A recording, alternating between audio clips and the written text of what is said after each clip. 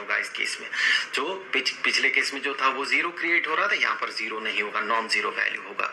अब हम क्या कर रहे हैं, अब हम phi 3 को कंप्यूट कर रहे हैं, जो ऑब्वियस सी बात है इसके बराबर है, जो कि इसके बराबर है।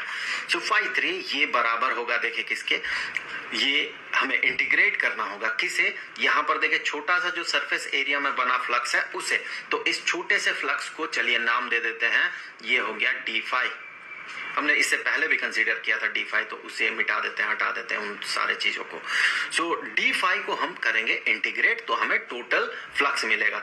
देखिए हम किस सरफेस पे इंटीग्रेट कर रहे हैं, हम S3 पे इंटीग्रेट कर रहे हैं। यहां पर हमने ये नहीं कहा कि ये क्लोज्ड सरफेस इंटीग्रल है, ये है नहीं क्लोज्ड सरफेस इंटीग्रल है, ये ओपन सरफेस इंटीग्रल है, क्योंकि यहां सिर्फ ये जो सरफेस S3 है जो कि इसका कर्व्ड सरफेस है, ये क्लोज्ड सरफेस बना ही नहीं सकता है, ये ओपन है। आप अगर सिर्फ S3 को कंसीडर करें, यहां से S1 और S2 को हटा दे तो ये तो ओपन बन जाएगा। ये क्या बंद डिब्बा रहेगा या खुला डिब्बा रहेगा? S1 को हटा दे, S2 को हटा दे तो ये खुला डिब्बा हो गया, ये ओपन हो गया, ये क्लोज्ड नहीं है। तो इसीलिए हम यहाँ पर नहीं कहते हैं क्लोज्ड सरफेस इंटीग्रल। जो भी हो, आगे बढ़ते हैं। ये बराबर होगा किसके, देखिए ये बराबर होगा d phi, जो कि बराबर होगा यहाँ पर ds और E का डॉट प्रोडक्ट। हमें पता है फ्लक्स, ये इलेक्ट्रिक फील्ड और उसके सरफेस, जिस सरफेस पे बना हुआ है इलेक्ट्रिक फील्ड, उसका डॉट प्रोडक्ट होता है। सो ये बन गया d phi किस सरफेस पे, S3 पे। अब यहां पर जब इन दोनों का डॉट प्रोडक्ट होगा तो देखिए हर जगह पे कहीं भी आप d phi कंसीडर करें, यहां पर कंसीडर करेंगे आप तो इलेक्ट्रिक फील्ड इस डायरेक्शन में होगा, सरफेस वेक्टर इस डायरेक्शन में होगा। यहां पर कंसीडर करेंगे तो इलेक्ट्रिक फील्ड इस डायरेक्शन में होगा, सरफेस वेक्टर भी उसी डायरेक्शन में होगा। हर जगह पे इलेक्ट्रिक फील्ड और सरफेस वेक्टर के बीच का जो एंगल होगा वो एंगल 0 डिग्री का होगा। और हमें पता है कि ये बराबर होने वाला है E into ds into cosine of 0, जो कि सरफेस ओवर S3 है। सो कोसाइन ऑफ द 0, यहाँ पर डॉट प्रोडक्ट कर रहे हैं इसीलिए cosine of angle between them हम कंसीडर कर रहे हैं, और हमें पता है cosine of 0 is equal to 1। So यही बन गया इंटीग्रेशन ऑफ E ds, और ये सरफेस है S3 पे। अब आगे देखिए यहाँ E क्या ds पे डिपेंड करेगा या फिर सरफेस के किसी पोजीशन पे डिपेंड करेगा? यहां भी इलेक्ट्रिक फील्ड जितना होगा, इस रीजन में भी इलेक्ट्रिक फील्ड उतना ही होगा, यहां भी इलेक्ट्रिक फील्ड का मैग्नीट्यूड उतना ही होगा, हर जगह पे सेम होगा। क्यों? क्योंकि इस कर्व्ड सरफेस में जो भी पॉइंट है, ये सारे पॉइंट्स इस चार्ज्ड वायर से सेम परपेंडिकुलर डिस्टेंस दूर है, और ये वायर इन्फिनिटली लॉन्ग है। सिमेट्री से अगर देखें सारे पॉइंट सिमेट्रिकल है, तो हम कह सकते हैं E S पे डिपेंडेंट नहीं है, इंटीग्रल के बाहर ले जाए तो इससे आगे हम कहेंगे E into integration of ds, integration of ds over S3। सो अगर सारे ds's को, जितने भी S3 में अर्थात इस कर्व्ड सरफेस में जितने भी ऐसे छोटे छोटे ds's पॉसिबल हैं, सबको अगर जोड़ दे तो हमें क्या मिलेगा? हमें मिलेगा टोटल ये कर्व्ड सरफेस एरिया जितना होगा उतना। सो S3 में ds को अगर इंटीग्रेट करें तो हमें मिलेगा कर्व्ड सरफेस एरिया इस सिलेंडर का।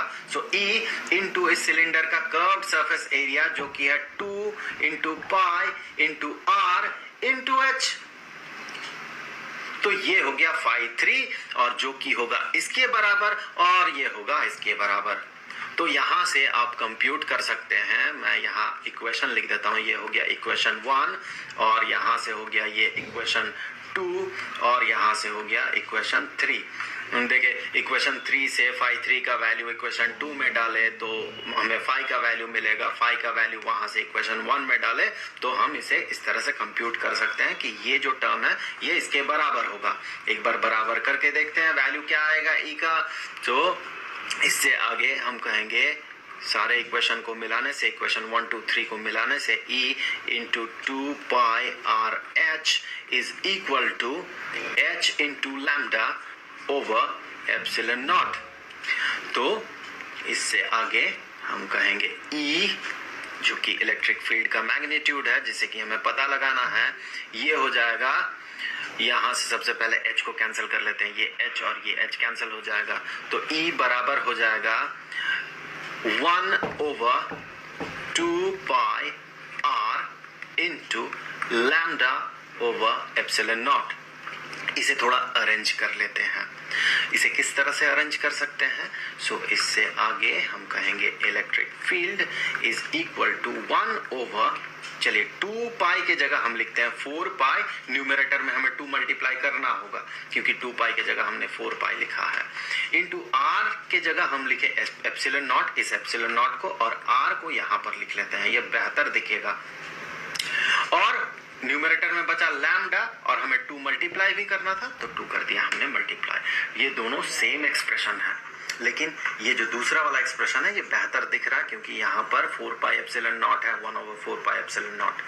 तो ये बन गया इलेक्ट्रिक फील्ड का मैग्नीट्यूड किसी भी इन्फिनिटली लॉन्ग चार्ज वायर के करीब किसी एक पॉइंट में, जबकि उस चार्ज वायर में जो चार्ज है वो लीनियर चार्ज डेंसिटी उसका लैम्डा है, और जो पॉइंट हम कंसीडर कर रहे हैं वो उस लॉन्ग वायर से r डिस्टेंस दूर है, उसका परपेंडिकुलर डिस्टेंस उस पॉइंट का उस वायर से वो है r। तो ये रहा गाउस थ्योरम का एक बहुत ही इंपॉर्टेंट एप्लीकेशन।